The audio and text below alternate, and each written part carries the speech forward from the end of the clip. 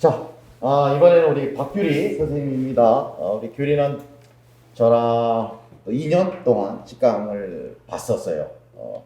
또 개인적으로 재밌는 히스토리도 있고, 처음에 제가 하도 궁금해서, 이제 너 선생님 강의 왜 듣게 됐니? 초수 때 듣는다고 하길래, 보통, 야, 초수 때 선생님 강의 좀 따라오기 힘들지 않니? 그랬더니만, 얘기들도 해주고서 어떻게 듣게 됐다라고 재밌게, 그래서 제가 기억이 잘 나요. 초수 때 경기 봤었고요. 아깝게 떨어졌었어요. 그 다음에 이제 재수 때 서울을 쳤어요. 그래서 이번에 서울 합격했어요. 보통 이제 서울 초수 때 서울 쳐보다가 재수 때 보통 경기를 서울 자신이 없다 이렇게 가기는 경기 쪽으로 가는 분들이 좀 많아요. 근데 아마 오히려 초수 때 경기 쳤다가 재수 때 서울로 쳐가지고 그 과정이 얼마나 더 힘들었을까요? 보통 우리가 서울은 세다 이렇게 해서 경기보다 훨씬 더 높다. 그 전년도에 규리가 초수 때는 서울이 경기보다 훨씬 높았었어요. 컷도. 그런데도 재수를 하면서 서울을 이번엔 어차피 재수할 때는 서울을 쳐보겠다라고 마음 먹고 했을 때는 아마 심적 부담이나 그것이 말이 재수지 삼수할 각오까지 하면서도 아마 하지 않았을까라는 그런 생각도 드는데 어찌됐건 간에 우리 박규리 선생님 어떻게 공부를 했었나, 초수 때 어떻게 했고 재수 때 어떻게 했는지 한번 들어볼게요. 안녕하세요. 저는 올해 재수고 이제 서울에 말씀하신 대로 합격을 했어요. 그래서 제가 사실 직강을 다녔던 학원도 윌비스 여기 유석쌤 학원밖에 없고 해서 합격 수기를 꼭 찍고 싶었는데 제가 나눠드릴 수 있는 이야기가 좀 도움이 됐으면 좋겠고 한번 시작을 해볼게요. 먼저 저는 올해 시험을 보면서 가장 느꼈던 게 일반 영어에 대한 중요성이었어요. 그래서 연교론이 조금 작년보다 비중이 훨씬 더 많이 나오기는 했지만 그것에 대한 읽고 쓰는 거의 토대는 다 어쨌든 일반 영어잖아요. 그래서 저는 만약에 올해 떨어지더라도 저의 공부 방법에는 크게 변화가 없었을 거라는 생각을 하면서 제 공부 방법을 조금 말씀을 드릴게요. 그래서 첫 번째 제가 말씀드리고 싶은 게 3개인데 첫 번째가 이제 잘 읽는 거예요. 그래서 교수님이 파워리딩 스킬을 강의하시면서 항상 말씀을 해주시는 게 그냥 읽고 해석하는 게 독해가 아니다 라는 말씀을 참 많이 해주시는데 저는 이게 초수 때는 무슨 말인지 잘 몰랐어요. 이게 다 해석이 되는데 이게 다 문제가 풀리는데 내가 이게 독해하는 게 아니라고? 이렇게 조금 반신반의하는 마음이 좀 들었어요. 그래서 사실 패러프레이즈 연습이나 아니면 교수님이 시키는 구문 분석이나 이런 걸 조금 열심히 안 했거든요. 그래서 이런 것들이 나중에 쌓이고 쌓이다가 모의고사 때 저한테 한 번에 폭풍우처럼 찾아오더라고요. 그때는 이제 마음도 조급하고 솔직히 7월만 돼도 4개월이라는 시간이 수험자 입장에서는 되게 길지 않게 다가와요. 그때는 이제 내용학도 해야 되고 교육학도 많이 투자해야 되고 하다 보니까 조금 마음의 여유가 없어서 그게 제가 초수 때 아마 그 깊이 있게 공부하지 못한 점, 또 패러프레이즈를 많이 연습하지 않은 점, 이런 것들이 저한테 좀 실패의 원인이 되었다고 생각을 해서 저는 재수임에도 불구하고 다시 2월 달에 강의하시는 파워 리딩 스킬을 인강으로 다시 들었어요. 이때는 조금 사정 때문에 인강을 듣기 시작했는데 이때 제가 좀 차별화되게 공부했던 방법은 사실 교수님이 추천을 해주신 거긴 해요. 그래서 수능 특강이랑 수능 완성을 보면은 이게 파워리딩이랑 굉장히 지문의 길이도 비슷하고 또 이제 평가원에서 출제를 하는 거다 보니까 지문의 구조나 아니면은 구문 그리고 단락 같은 게 굉장히 깔끔하고 좀 임용 스타일에는 완전히 부합하진 않지만 그래도 시중에 나와 있는 문제집이라든지 뭐 SAT, 토플 이런 것보다는 사실 임용 시험에서 조금 연습을 해보기에 좋은 것 같다는 생각을 했어요. 그래서 파워리딩에서 이제 TS 찾기, CS 찾기, 키워드 찾기, 트리 그리기 이런 거 많이 연습하잖아요. 근데 여기 실려있는 문제가 많이 없다 보니까 이것만 계속 가지고 공부를 하다 보면은 조금 루즈해지는 느낌이 나신다 하시는 분들한테 이건 저는 추천을 드려요. 그래서 교수님의 진도를 따라가면서 그거에 대한 내용을 여기 수능 특강, 수능 완성에 적용을 해보는 거예요.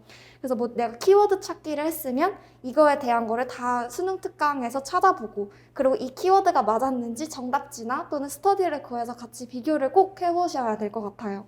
그리고 그 다음에 이제 TS도 또 형광펜 쳐보고, 이견이 있다면 이것에 대해서 교수님은 어떻게 해설을 하셨고 내 논리에 어떤 게 문제가 있는지, 이런 걸 하나하나 다 꼼꼼하게 체크를 하셔야지 잘 읽고 있다는 이런 반증이라고 느낄 수 있을 것 같아요. 그래서 이런 게 이제 단락독해가 정확히 돼야만 요즘 임용에서 다루는 밑줄 치고 이거를 쓰는 거, 그런 거를 정확하게 키워드를 안 빼놓고 쓸 수 있을 것 같거든요. 그래서 저는 사실 밑줄을 치고 이거를 써라 이런 거는 라이팅의 분야라기보다는 독해의 분야가 훨씬 크다고 느껴요. 잘 읽고 이 말이 무슨 말인지를 알아야지. 또 이 말을 대변하는 게 굉장히 많은데 이 중에서 나는 어떤 말을 선택할 건지, 이런 거를 잘 고르기 위해서는 독해가 굉장히 중요하다고 생각을 하고, 그거의 기본이 파워리딩에서 저는 도움을 많이 받았어요. 그리고 이제 두 번째가 쓸 말만 쓰자라는 거예요. 그래서 제가 사실 교수님한테 첨삭을 받으면서 가장 많이 들었던 소리가, 너는 문장이 너무 길고 남들은 두 마디로 끝낼 수 있는 걸 왜 너는 네 줄을 쓰냐, 그거는 분명히 불필요한 말이 들어있다는 뜻이다, 이렇게 말씀을 많이 해주셨거든요. 그래서 저는 그거를 조금 오래 고쳐보고자 많이 노력을 했는데, 그거에서 제가 했던 노력이 두 가지가 있어요. 첫 번째가 유형 분석입니다. 임용고시는 좀 안 보이실 수도 있겠지만 일반 영어에 유형이 저는 존재한다고 생각을 해요. 그래서 이게 크게 뭐 밑줄 유형, 뭐 서술형 유형 이런 게 아니라 서술형 내부에도 뭐 리스팅 형식으로 가지수를 물어보는 서술형인지, 아니면 이유와 근거와 이제 주장을 물어보는 서술형인지, 이렇게 다 유형이 나뉜다고 생각하거든요. 그래서 그런 유형을 철저하게 분석을 하셔야 돼요. 그래서 어디까지 내가 쓸 건지, 지문에 많은 내용이 나와 있지만 어디까지만 쓰고 이 내용만 썼어도 이 채점자가 이해할 수 있을 것인지를 충분히 고민하는 시간이 필요하다고 생각해요. 그래서 이런 걸 잘 하기 위해서는 저는 기출 분석 강의가 너무 도움이 많이 됐어요. 그래서 기출 분석 강의를 들으시다 보면 역대 기출을 이제 그 초반 거부터 이제 끝 거까지 교수님이 재구성을 하셔가지고 문제를 한 7, 8주차에 거쳐서 나눠주시고 해설을 해주시는데, 이때 문제풀이가 중요한 게 아니라 해설이 진짜 중요해요. 그 문제풀이는 그냥 기출문제 다운받으신 거랑 별반 다른 게 없다 이렇게 느끼실 수 있지만, 강의를 들어보시면 왜 이거를 이렇게 편집을 하셨고, 2주차에는 어떤 것이 핵심 사항이고 2주차에는 또 어떤 것이 핵심 사항인지를 파악을 하실 수 있거든요. 그래서 저는 재수가 돼서야 이 기출 강의의 중요성을 알게 됐던 것 같아요. 그래서 제가 추천드리는 분석 방법은, 일단 밑줄 유형이 요즘에 대세니까 그거를 기준으로 유형을 분석을 하셔야 돼요. 저 같은 경우에는 밑줄 유형을 크게 한 4가지 정도로 분석을 했던 것 같아요. 이게 제가 정리했던 노트가 지금 없어서 집에 가서 한번 카페에 올릴 수 있으면 올려볼게요. 그래서 첫 번째가 아마 좀 같은 말을 다시 한번 묻는 밑줄 유형? 이런 게 있었고, 그 두 번째는 이제 이거에 대한 조금 figurative language를 사용한 거지만 이걸 좀 리터럴하게 풀어내는 유형, 이렇게 여러 가지 유형으로 정리가 되는데, 제가 정리하고 검토하다 보니까 이게 4가지로 추려지더라고요. 그래서 이거는 저의 방법이 정확하게 맞다 이게 아니라, 기출 강의를 들어보시면서 밑줄 유형이 어디에 밑줄이 쳐지고 이 밑줄에서는 어떤 걸 쓰는 걸 요구하는지 그 문제 파악을 정확하게 하셔야지 내가 만족스럽게 썼다고 답이 아니니까 그런 거를 쓰셔야 되고, 그리고 두 번째가 밑줄 유형은 내 말을 쓰는 게 아니라는 점을 좀 기억해 주셨으면 좋겠어요. 뭔가 남들이 다 아는 얘기일 수도 있지만 저는 몰랐거든요.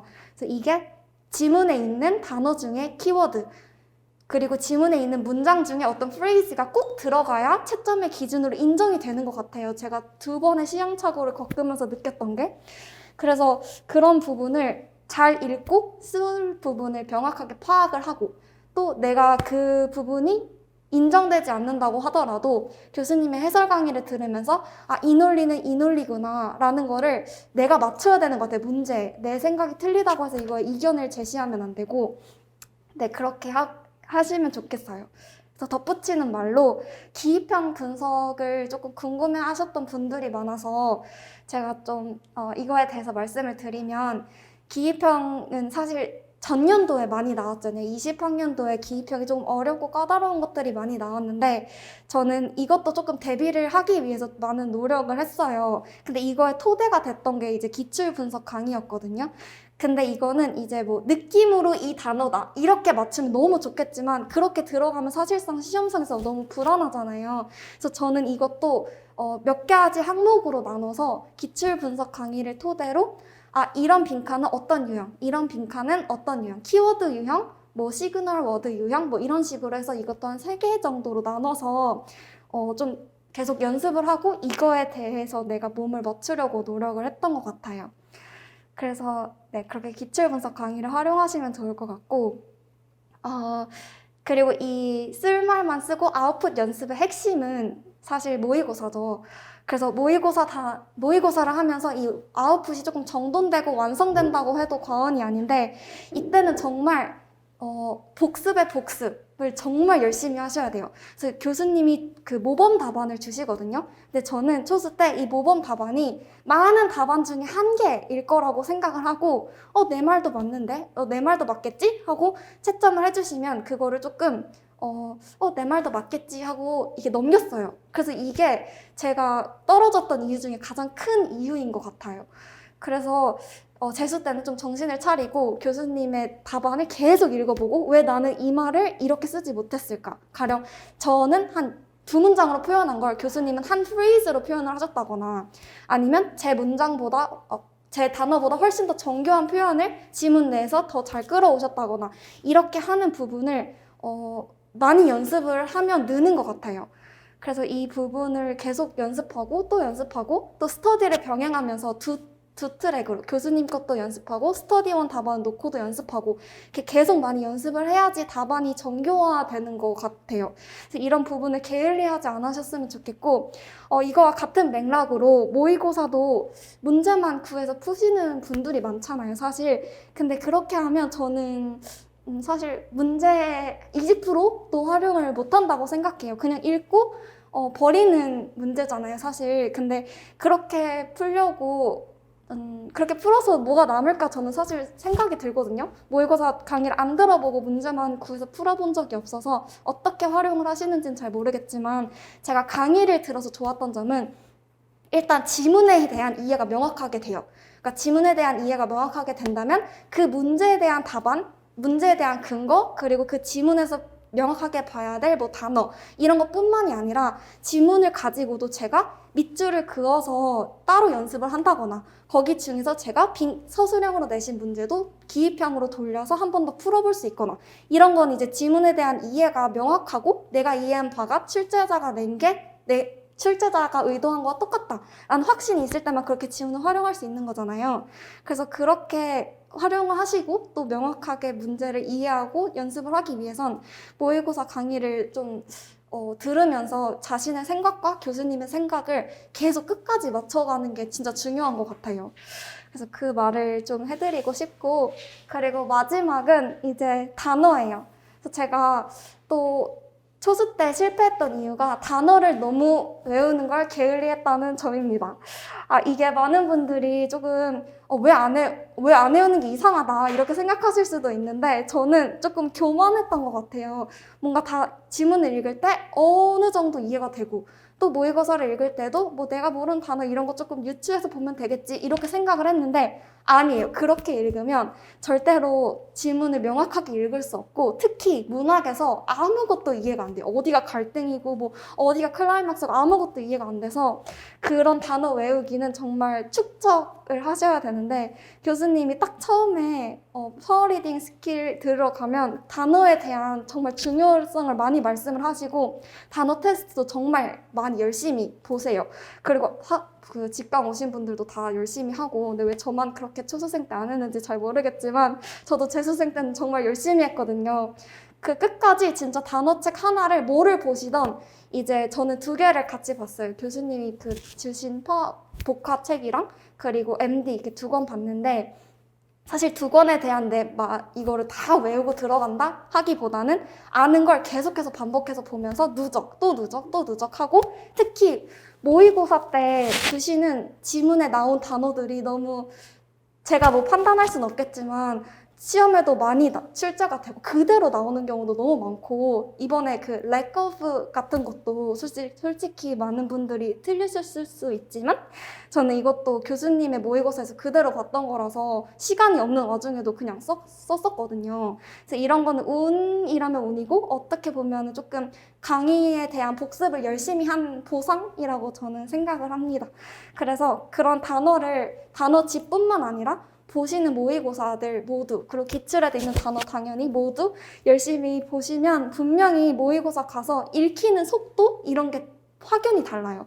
그래서 이런 것들을 좀 많이 보셨으면 좋겠어요. 그래서 끝으로 제가 아까 그 서울을 응시했다고 했는데, 제가 서울을 응시했던 이유는 딱히, 그러니까 저는 소신 지원 이라기보다는 저는 주거지도 경기도고 이래서 서울에서 대학교만 나왔지 사실 서울에 살아본 적도 없고 이래서 서울에 연고가 있는 건 아닌데, 교수님이 제가 딱 처음에 초수생임에도 불구하고 너는 서울을 쳐라 이렇게 말씀을 하셨어요. 근데 그때는 뭐 경기도가 그렇게 많이 뽑지도 않았거든요. 근데 왜 그랬는지 모르겠는데 그냥 말 안 듣고 저는 경기도 지원할게요 이렇게 해서 떨어졌어요. 근데 물론 제가 실력이 부족해서 떨어졌겠지만 지나고 보니까 그냥 그렇게 추천해 주시는데 의미가 있을 것 같기도 하고, 그래서 이번에 그렇게 됐는데 끝까지 좋은 결과가 있어서 너무 다행이고, 제가 서울 2차에 대해서 오늘 좀 기억이 생생할 때 몇 가지를 말씀을 드리면, 많은 분들이 서울에 변별이 크다고 이제 생각을 하세요. 근데 제가 느끼기에 서울의 변별은 큰 것 같아요. 이게 점수가 깎이는 폭이 크다, 뭐 모든 사람들을 칼치한다 이런 느낌이 아니라 잘하는 사람은 확 잘 주고 못하는 사람은 훅훅 깎는다는 의미인 것 같아요. 그래서 저는 그 2차를 준비했을 때 사실 올해 코로나 때문에 많은 스터디를 병행하지 못해서 전적으로 좀 유석쌤이 하시는 2차 강의랑 그리고 유석쌤이 짜주신 2차 스터디에 많이 정말 100% 의존을 하면서 준비를 했거든요. 그래서 그때 진짜 정말 피와 살이 되는 조언을 많이 해주시는데 그거를 그대로 따라 하셔야 돼요. 한치의 의심을 하지 말고 그대로 따라 하셔야 돼요. 제가 그거의 단적인 예가 뭐냐면, 제가 처음에 이제 면접을 준비할 때 작년에 제가 경기를 쳤었기도 했고 면접이 아예 그냥 솔직히 열심히 안 했어요. 떨어질 걸 알았기 때문에 그 당시엔 열심히 안 했어요. 그래서 올해 이제 12월에 교수님이 딱 처음 부르셨을 때 갔을 때 한 게 뭐냐면, 이제 면접을 책을 아예 통째로 외우는 작업부터 시키시거든요. 시책 외우고 면접책 외우고 이걸 시키시는데, 이게 어떻게 보면 되게 무모하고 너무 막 양이 많고 이렇잖아요. 근데 이게 정말 도움이 많이 돼요. 제가 진짜 면접을 진짜 못하는데 이번에 서울 면접에서 하나도 안 깎이고 만점을 받았거든요. 그래서 이거에 대한 힘이, 연습도 연습이지만 많은 분들이 무턱대고 말을 하기 시작하시는데 이게 아니라 정말 인풋의 중요성. 저희는 유석쌤 강의를 들으시면 알겠지만 한 달 동안이나 아웃풋을 10 그리고 인풋만 90 이렇게 시키시거든요. 근데 이게 다 이유가 있는 거더라고요. 그게 그래서 나만 잘 따라가면 정말 올바른 길로 가고 있는 거예요. 이거에 대한 만약에 불확신이 있으시면 저한테 물어보시면 제가 처음에 얼마나 못했는지 제 처음 영상을 보내드리겠습니다. 그래서 정말 면접 최악체였는데 그런 인풋이 도움이 많이 됐던 것 같고, 그리고 수업 실현은 교수님이 이제 합격하시면 아마 불러서 봐주실 것 같아요. 근데 이것도 뭔가 저희가 수험자의 눈으로 그 사람을 보는 거랑 또 현직 교사가 보는 거, 또 교수님처럼 강단에 서서 많이 강의를 해보신 분이 보는 거, 이렇게 보는 게 되게 다르잖아요. 그리고 교수님은 좀 수많은 합격생을 배출하다 보니까 뭐 어떻게 되겠다는 게 눈에 보이신대요. 사실 그게 되게 무서운 거긴 한데, 저는 그래서 그거에 면접 전전 날까지도 그거에 대한 그런 조언, 약간 팁 같은 거를 계속 교수님이랑 상의하면서 좀 자신감도 얻고 어떻게 해야지 타인이 보기에도 좀 교사 같은지 이런 거를 되게 많이 배웠어요. 이건 약간 스터디원이 조언을 해줄 수는 없는 부분인 것 같아요.